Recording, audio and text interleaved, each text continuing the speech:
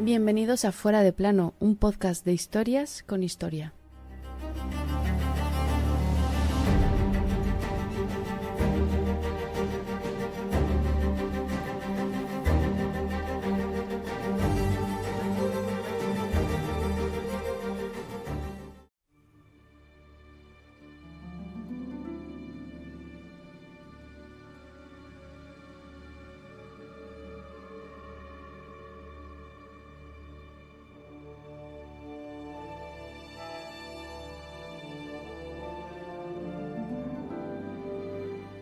Flandes, 7 de diciembre de 1585.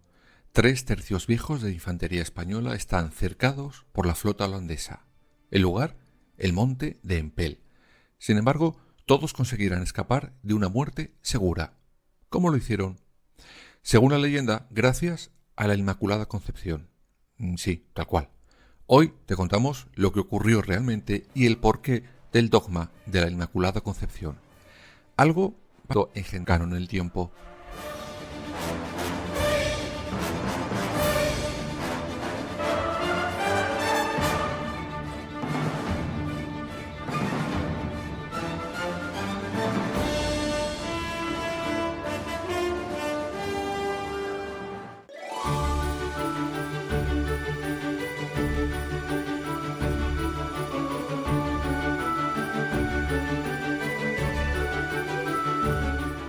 Pero ¿cómo llegamos a Empel y a tener a los tercios asediados?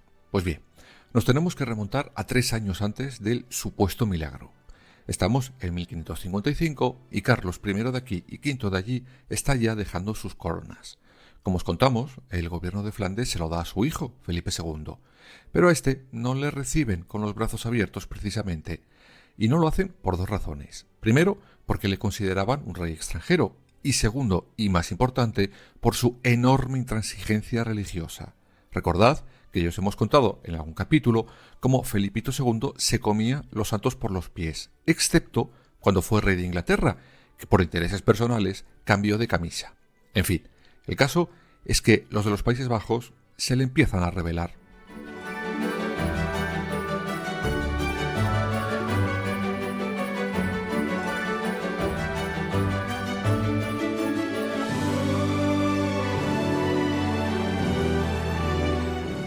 Para intentar sofocar aquellas revueltas estaba a la cabeza de los tercios españoles el famosísimo Duque de Alba.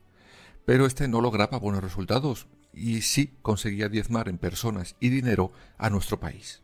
Pues bien, para evitar esta sangría colocarán al frente de los mismos al capitán general Alejandro Farnesio. Sí, ese hombre que antes de ser una calle fue un capitán. Y parece que el cambio pues dio sus frutos. Y rápidamente, por cierto, en solo 2 años toma plazas tan importantes como Dunkerque o Brujas, aunque será el 17 de agosto de 1585 cuando se tome una de las plazas más decisivas. Tras más de un año de asedio, caía Amberes.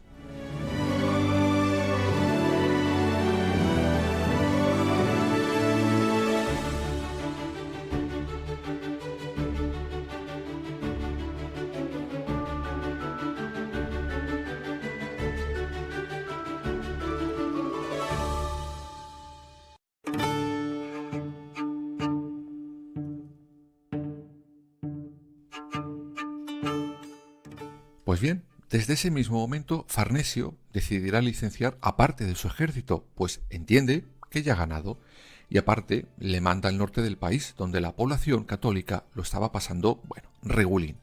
Y 3 tercios, con 5.000 hombres en total, se instalarán en Bomel. Son los tercios de Cristóbal de Mondragón, Francisco de Bobadilla y Agustín Íñiguez. Bomel era una isla de apenas 25 kilómetros de lado a lado, y era la frontera entre los Países Bajos controlados por España y las llamadas Provincias Unidas. Se las prometían muy felices, pero qué mal calculó Farnesio. Si éste creyó que los holandeses no iban a devolver el golpe después de la pérdida de Amberes, se equivocó completamente. El general Philips van Hohenlohe, conde de Jolac, encabezaba el ejército holandés, y ven en esa acampada de los tercios españoles una oportunidad de oro para vengarse por lo ocurrido con Amberes. Y vaya si le aprovecharon.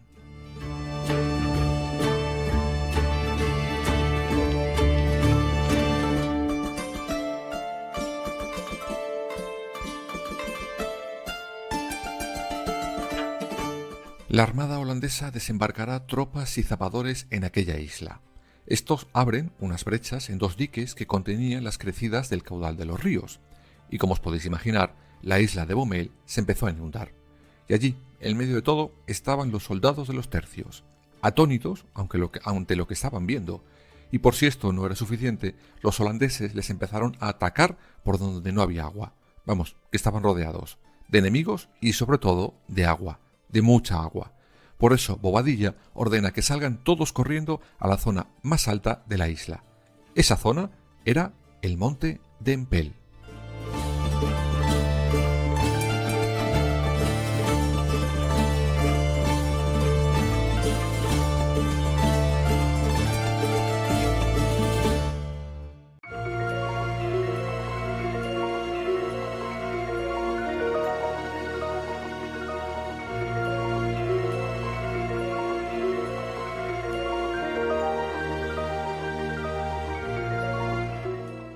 Aún así, a pesar de la evidente desventaja, no solo por el agua, sino porque los soldados holandeses eran casi el triple que los españoles, esa noche Bobadilla, quien se había hecho cargo de los 3 tercios, ordena repeler el ataque. El conde de Olac en ese momento decide retirarse un poquito. Oye, les habían cercado, inundado y asediado, pero no fuera a ser que al final les dieran en el morro los españoles por acercarse demasiado. Pero no, esto fue una victoria que podríamos llamar de espejismo. Los tercios sabían que tenían muy pocas posibilidades reales de salir con vida de allí. Aún así, deciden fortificar sus posiciones. De esa manera se aislarían no solo de los ataques de los holandeses, sino también del agua que les rodeaba. En ese momento Bobadilla ordenará a uno de sus capitanes que salga corriendo con un mensaje de socorro para su jefe, el capitán general Farnesio.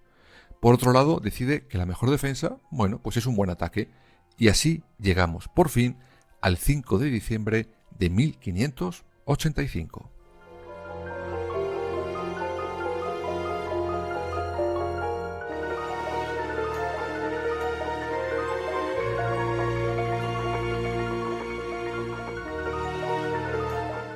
Planea un ataque con 9 barcazas, 3 por cada tercio.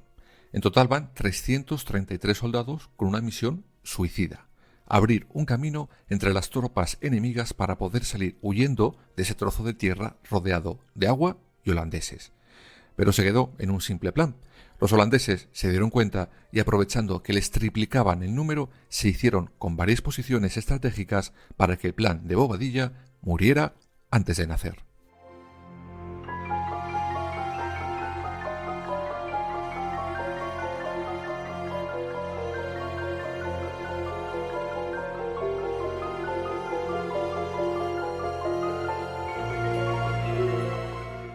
Al día siguiente las cosas no mejoran. Las provisiones empiezan a escasear. El frío era insoportable y algunos empiezan a lanzar soluciones, nada prácticas. Unos eran partidarios de atacar directamente a pesar del riesgo de morir a manos de los soldados o ahogados. Otros lloraban por la falta de ayuda del jefazo de Farnesio. Los más histriónicos pensaron en hundir sus armas y matarse unos a otros antes de que los holandeses les mataran. Una locura completa.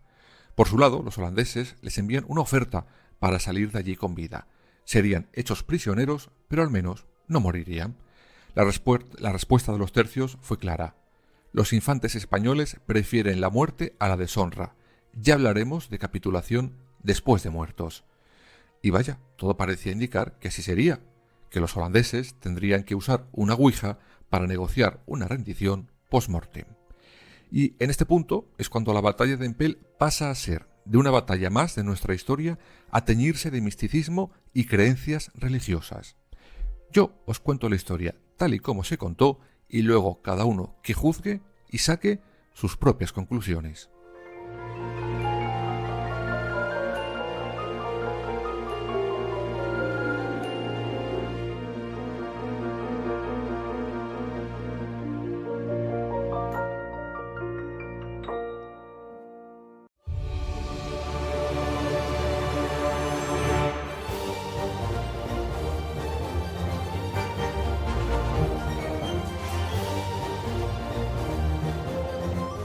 Pues bien, en un momento dado dicen que un soldado se pone a cavar una zanja.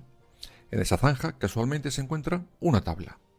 En esa tabla casualmente aparece pintada una imagen de la Inmaculada Concepción. Aquello los soldados de los tercios lo entienden como una señal divina. Hacen a la tabla un improvisado altar y todos se ponen a rezar a la tabla.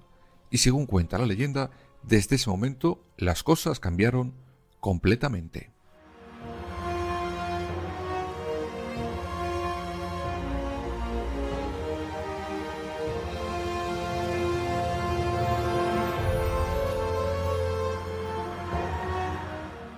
El día 7 de diciembre se produce una inusual ola de frío y las aguas de aquel río empiezan a congelarse, algo que en la zona no solía ocurrir hasta el mes siguiente. El conde de Olac, ante el miedo a que sus barcos quedaran atrapados en el hielo, mandará replegarse. Para algunos ya era tarde, y los soldados españoles, viendo el panorama, correrán rápidos a hacerse con esos barcos holandeses atrapados por el hielo. Al día siguiente, el 8 de diciembre de 1585, Bobadilla da la orden de subirse todos a sus barcazas y van asaltando e incendiando todo barco holandés que se encuentra bloqueado por el hielo. Ante esta inesperada situación, los holandeses se retiran por completo y los tercios españoles, contra todo pronóstico, ganarán la batalla y, por tanto, salvarán sus vidas.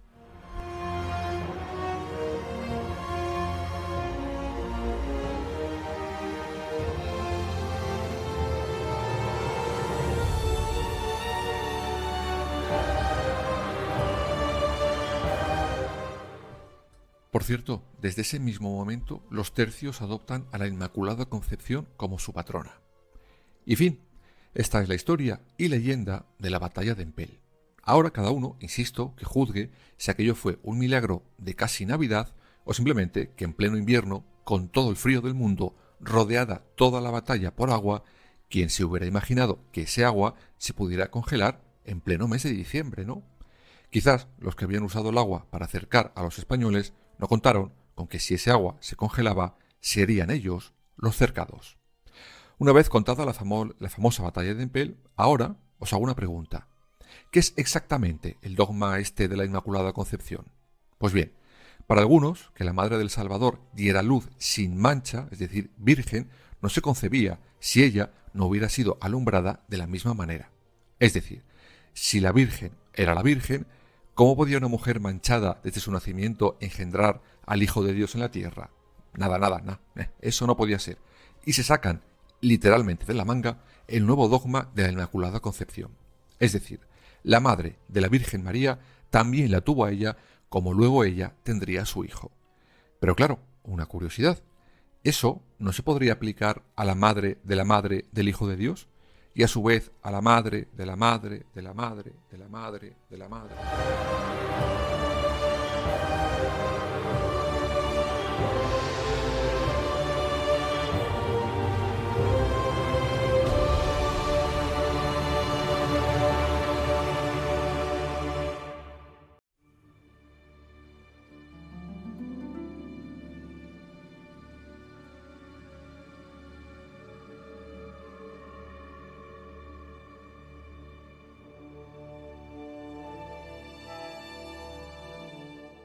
Fuera como fuese, el caso es que este dogma no sale en la Biblia, ni en los concilios. No, esto se lo saca de la manga el Papa Pío IX en 1854, en su bula Ineffabilis Deus.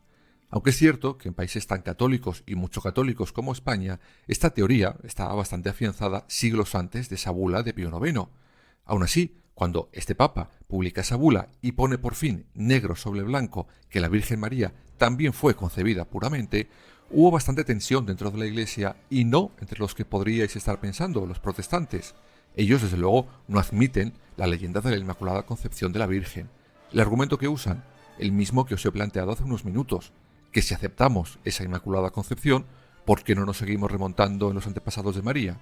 Pero no, las tortas por ese nuevo dogma se dieron entre los propios católicos. Muchas facciones de la Iglesia pensaban que rizar tanto el rizo sobre la virginidad de María era ya demasiado, y no aceptaban esa nueva teoría. Aún así, como el Papa sí lo creía, donde manda el Papa, no manda el resto.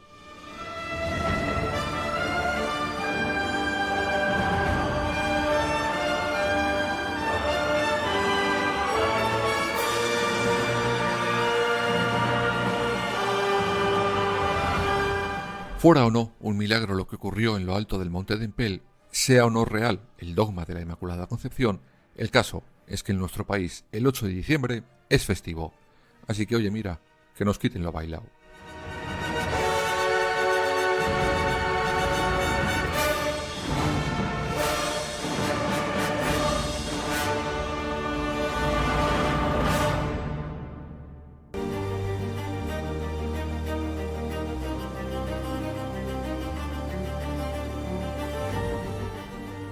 Fuera de plano. Suscríbete en las principales plataformas y síguenos en nuestras redes sociales, Instagram, Twitter y Facebook. Fuera _de plano.